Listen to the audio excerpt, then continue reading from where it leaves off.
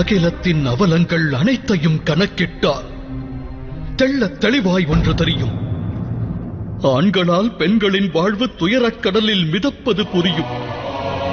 ஏன் இது போன்ற ஒரு சமுதாயத்தை நாம் உருவாக்கினோம்?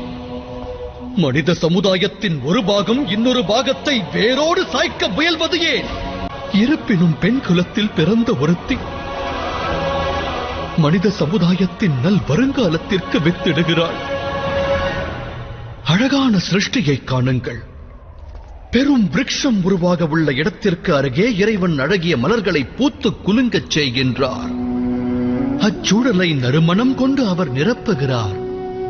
அவ்வாறிருக்க ஒரு ஒளிமயமான எதிர்காலத்தை தோற்றுவிக்க நல் சுகத்தையும் சந்தோஷத்தினையும் விதைக்க வேண்டியது அவசியம் இல்லையா? ஆனால் சமுதாயம் ஒளியை தோற்றுவிக்க முயலாமல் ஒளி பொருந்திய